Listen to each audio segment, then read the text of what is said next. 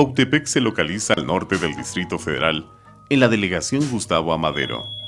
Es un valle que se encuentra enclavado en la Sierra de Guadalupe, colindante con los municipios de Ecatepec, Coacalco, Tultitlán y Tlalnepantla del Estado de México, y en el Distrito Federal con Ticomán y Zacatenco. Cuautepec, en el vocablo náhuatl, significa Cerro de Águila.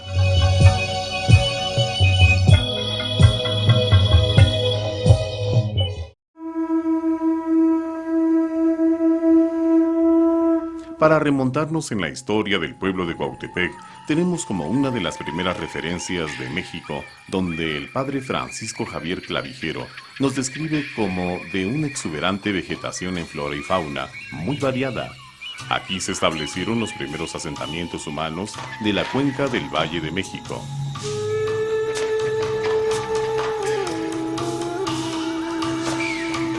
E iniciaron con la agricultura, la caza y la pesca. En la zona del Arbolillo, investigadores norteamericanos en 1910 y en 1935 encontraron vestigios que datan desde hace 2000 años aproximadamente.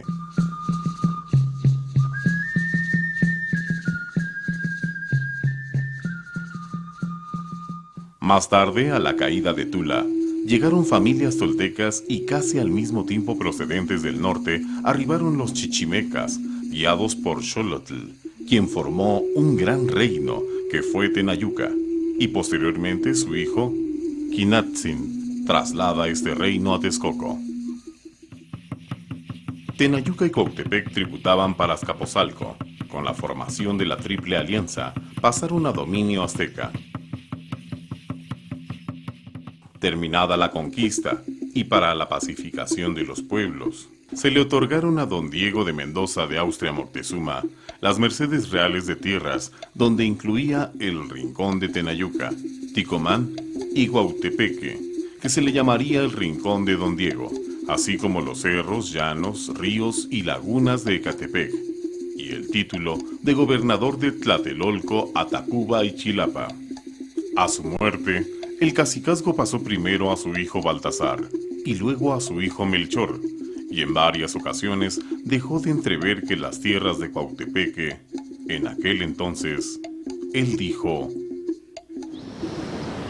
eran una suerte grande de tierra, que fue de mi padre Diego, es para mis nietos, y mi hermano se las deja a sus nietos, porque fue de Baltasar de Mendoza. Bernardino Vázquez de Tapia tomó posesión de las tierras del Arbolillo, que se les llamó el Rancho de los Cedros. También fue Pedro de Estrada en 1592 quien fue dueño de la Escalera. En 1697 el Rincón de don Diego fue adquirido por el maestro y correo mayor de hostes, don Martín de Olivares, por lo que se llamó el Rincón del Correo Mayor, quien lo pierde al ser encarcelado, confiscándole sus bienes y pasando dicho rincón al Colegio de San Juan de Letrán, quien mantuvo constantes disputas con los hermanos Oscoy. En aquel entonces, Santa María Cuautepeque, como se le conocía, fue un pueblo de doctrina, perteneciente a la cabecera de Tlalnepantla de la villa de Tacuba. Como dato importante para los pobladores de Cuautepec fue la terminación de la construcción de la iglesia de la Preciosa Sangre de Cristo en 1767, de estilo barroco, por el vicario del partido de Tlalnepantla, licenciado Antonio Carvajal, por el cura don Antonio Padilla y gobernador y fiscal Nicolás de Guadalupe. La primera disposición que se dictó en el México independiente sobre colonización interior fue la orden dictada por Iturbide del 23 al 24 de marzo de 1821, concediendo a vecinos de Cuautepec tierras por haber participado en el movimiento de independencia y perteneciendo al Ejército de las Tres Garantías. El decreto del 18 de julio de 1825 del Estado de México declara a Tlalnepantla cabecera de partido, que antes era Tacuba, quedando el pueblo de Santa María Cuautepec dentro de esta jurisdicción. Los pobladores de Cuautepec obtuvieron sus títulos en base a la circular del 9 de octubre de 1856, que ratificó la ley de desamortización y la pequeña propiedad parcelaria, sujeta antes a título comunal o del pueblo o del ayuntamiento. Se vendió a sus arrendatarios, obteniendo estos los títulos de propiedad. Durante el Porfiriato aparece la hacienda capitalista, arrebatando a los pueblos sus tierras, dando nuevas formas de explotación para el trabajo, basado en las plantaciones, en el desarrollo industrial, textil, ferroviario y eléctrico, dando paso a la modernidad del país.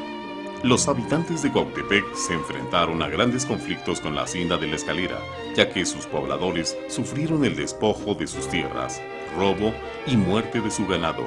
No se les contrataba para trabajar en la hacienda y sufrían el acoso de la policía rural. Este caso duró muchos años y se llevó un largo litigio en los tribunales de Toluca. Y como trataban de desaparecer al pueblo, se dividió en dos barrios, el barrio de arriba y el barrio de abajo. Los representantes de la hacienda de la Escalera recogieron los documentos oficiales del pueblo para que estos no pudieran comprobar la propiedad.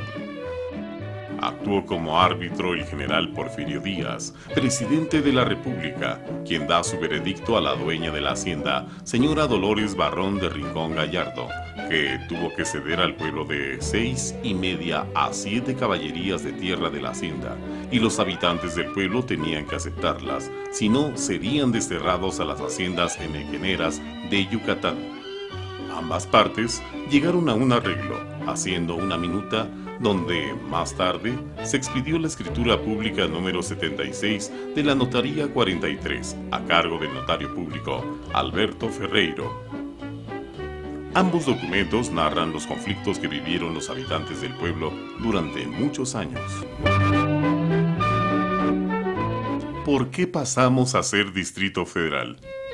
En la escritura hay un convenio de donación que hizo la señora Dolores Barrón de Rincón Gallardo a favor del pueblo de Cuautepec de 382 hectáreas, 23 áreas y 42 centiáreas, la cual no fue una donación, porque el presidente de la República, Porfirio Díaz, resolvió que no causaba impuesto, por lo que no era donación.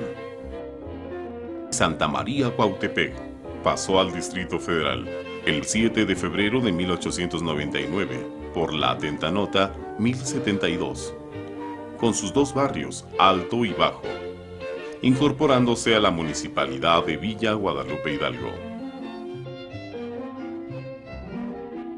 Cuando se firma la escritura en 1903, ya se había hecho el deslinde catastral entre la hacienda y el pueblo.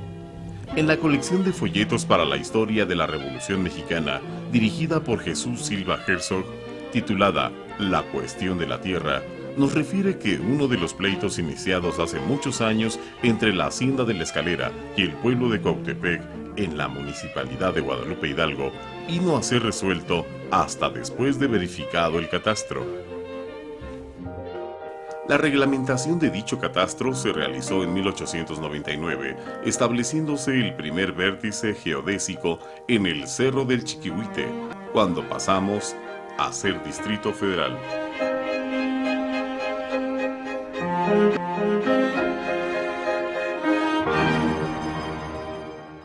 Llega la Revolución. En aquel tiempo, los conflictos por la desigualdad social, así como la crisis política del régimen porfirista, desembocó en el estallido de la Revolución Mexicana de 1910.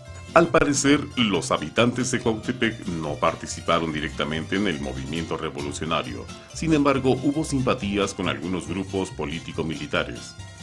Aquellos años fueron muy difíciles, porque las personas padecieron las consecuencias propias de la época, como el hambre, la violencia, saqueos, fusilamientos y el riesgo para los jóvenes de ser apresados para la leva.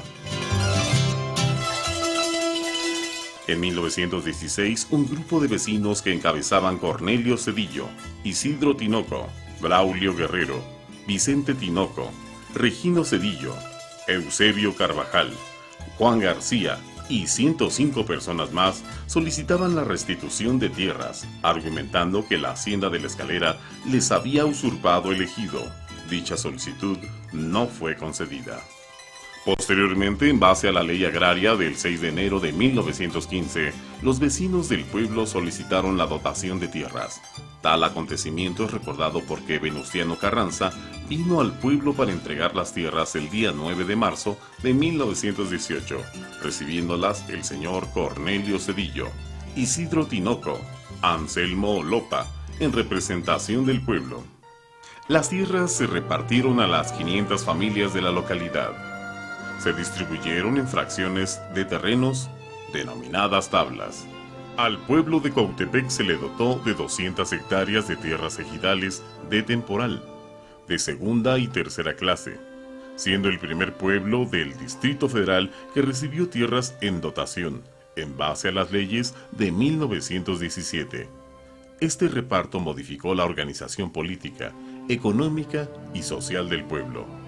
El ejido quedó estructurado por un comisariado ejidal, correspondiéndole un periodo administrativo a Barrio Alto y uno a Barrio Bajo respectivamente. En 1925 se solicitó la primera ampliación del ejido, concediéndoles años más tarde 644 hectáreas. La segunda ampliación fue solicitada en 1934, con una superficie de 56 hectáreas de terreno de pastizales y cerriles. Y en 1945 se aprobó la tercera ampliación con una superficie de 31 hectáreas. El ejido de Cuautepec ha tenido varias expropiaciones por diversos motivos. La primera expropiación fue concedida en 1945 al Departamento del Distrito Federal, en 1951 a Ferrocarriles Nacionales de México, en 1960 a favor de la Compañía de Luz y Fuerza del Centro, de 1964 para las instalaciones del Patronato del Maguey, en 1972 para el Reclusorio Preventivo Norte, en 1974 para la construcción del tanque de almacenamiento de agua y deportivo Carmen Cerdán.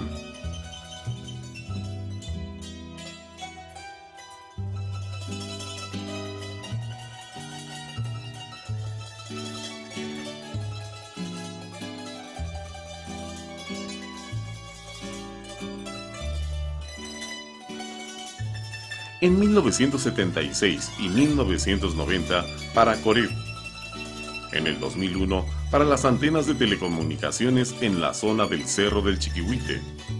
Y la última, por un juicio de amparo, se realizó en 2003, la expropiación a favor del Departamento del Distrito Federal para el Reclusorio Preventivo Norte. Las tierras ejidales sufrieron un proceso de urbanización, formándose un sinnúmero de colonias populares con asentamientos irregulares, ya que los ejidatarios se vieron obligados por las circunstancias a vender sus tierras, pues era mejor lotificar su parcela y vender que sufrir el robo de la cosecha o la invasión de agrupaciones clientelistas. Así también, hubo ejidatarios que trabajaron sus parcelas pero nunca tuvieron el apoyo de las autoridades para protegerlas.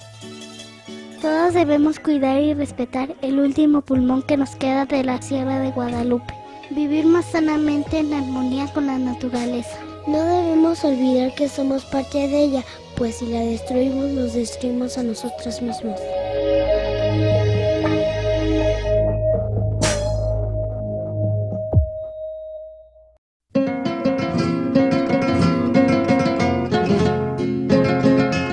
El crecimiento económico de Cuautepec a través del tiempo. En el pueblo de Cuautepec se dependía en sus inicios de la agricultura, produciendo el maíz, que se almacenaba en estructuras llamadas colotes, el frijol y la calabaza, que eran la base de su economía. Estos productos se sembraban en espacios de tierra llamados parcelas, que eran de temporal. Sin embargo, en tiempos de sequía, la cosecha era mínima y a veces nula.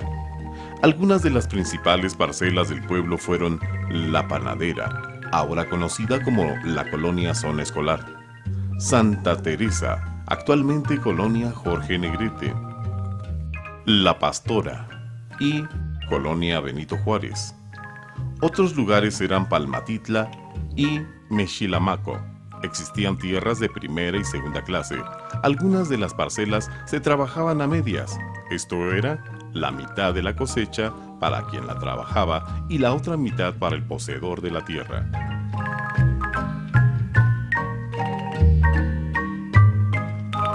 Simultáneamente, casi en todas las casas existían huertos con árboles frutales como naranjo, durazno, lima, ciruela, aguacate, limón, tuna, granada, guayaba, chirimoya, níspero e higo.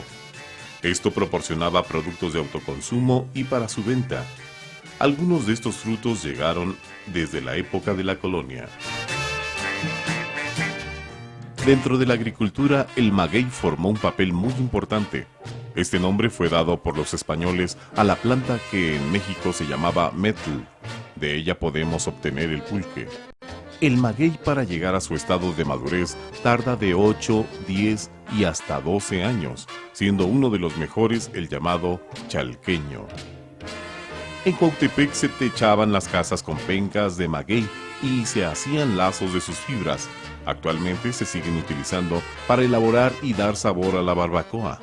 El jugo del maguey fermenta con mucha rapidez y debe ser consumido dentro de las 48 horas posteriores a su extracción.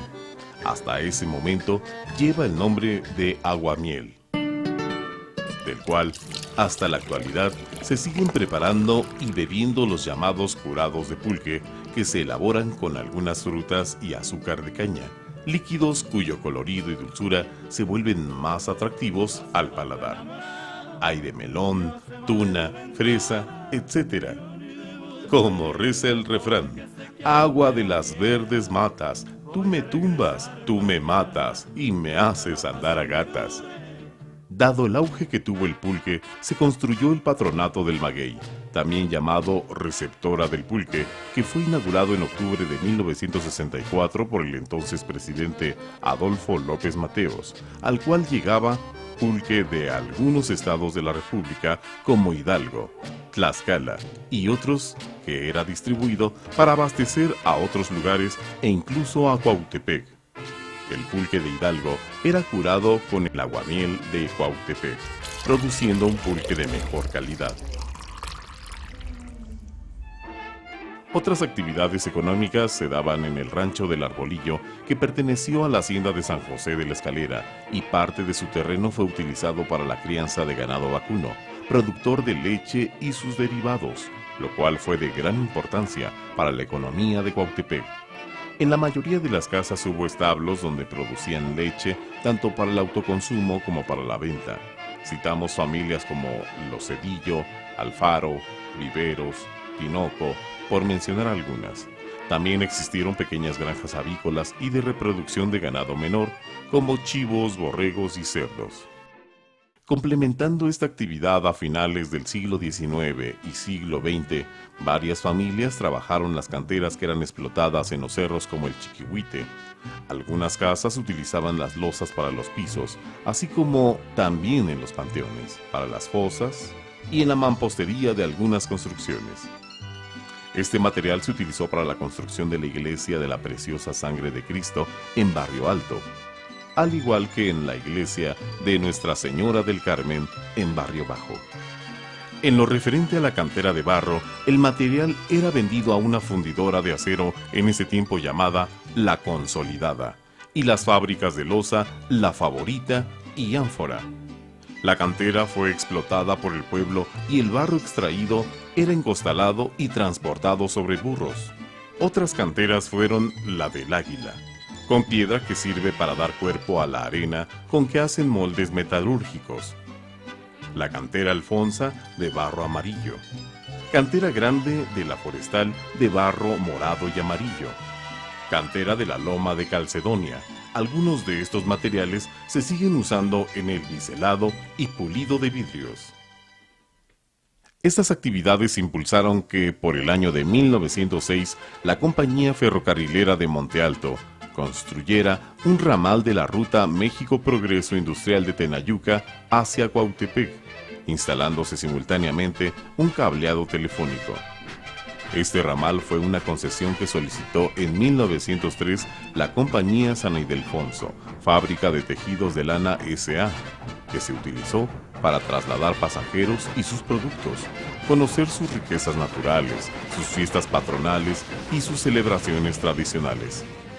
Esto se anunciaba en los diarios de la capital como en El Popular, del sábado 25 de enero de 1908. En 1910 se dieron cambios en la sociedad rural, lo cual provocó que se terminara la utilización de este tipo de transporte en este pueblo de Cuautepec. Unidos, los pobladores solicitaron al gobierno ayuda para realizar la carretera.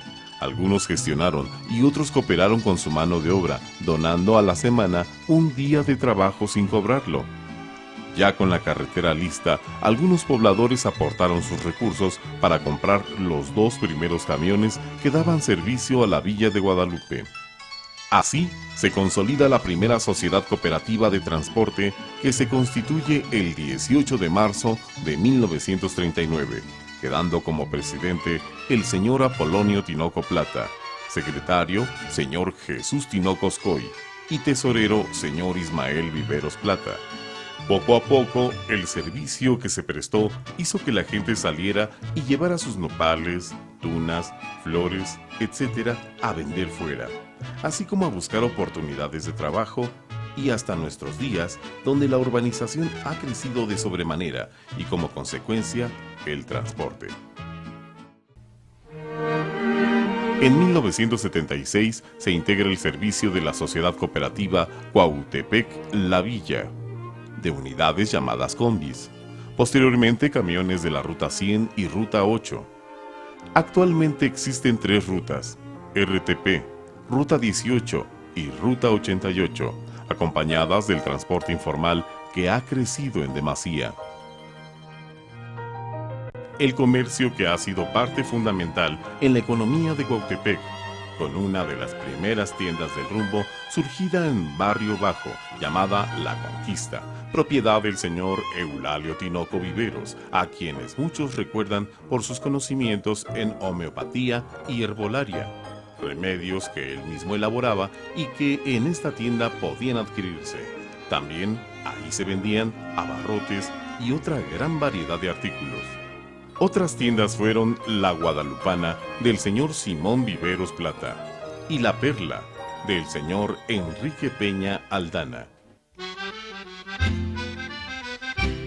Tiendas contemporáneas de gran importancia fueron la de Sobre las Olas, ubicada en Barrio Alto, frente al Jardín Hidalgo, propiedad de la familia Carvajal, la del señor Raimundo Tinoco y la del señor Canuto Pacheco. Siendo el maíz base de nuestra alimentación, se instaló el primer molino de nixtamal por el año de 1928, perteneciente al señor Esaú Salazar, y posteriormente el del señor Vicente Tinoco, actualmente a nombre del señor Rafael Tinoco. De esta manera, Cuautepec ha cimentado sus bases económicas en el comercio desde sus inicios, con la venta de sus productos naturales, y actualmente con la amplia gama de servicios y de negocios formales e informales que, debido a su crecimiento, son de gran importancia para su economía, cubriendo así las necesidades de su población.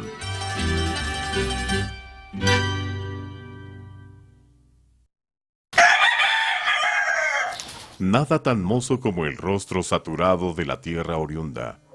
Pensamientos de los ciudadanos corriendo en manantiales dados sin advertir su fortuna. ¿Quién lo habrá podido hacer? Integrar tiempo y espacio a fuego suave, despacio, y lograr un nuevo ser. De esta comunidad emanan tradiciones, valores, símbolos, creencias, diversas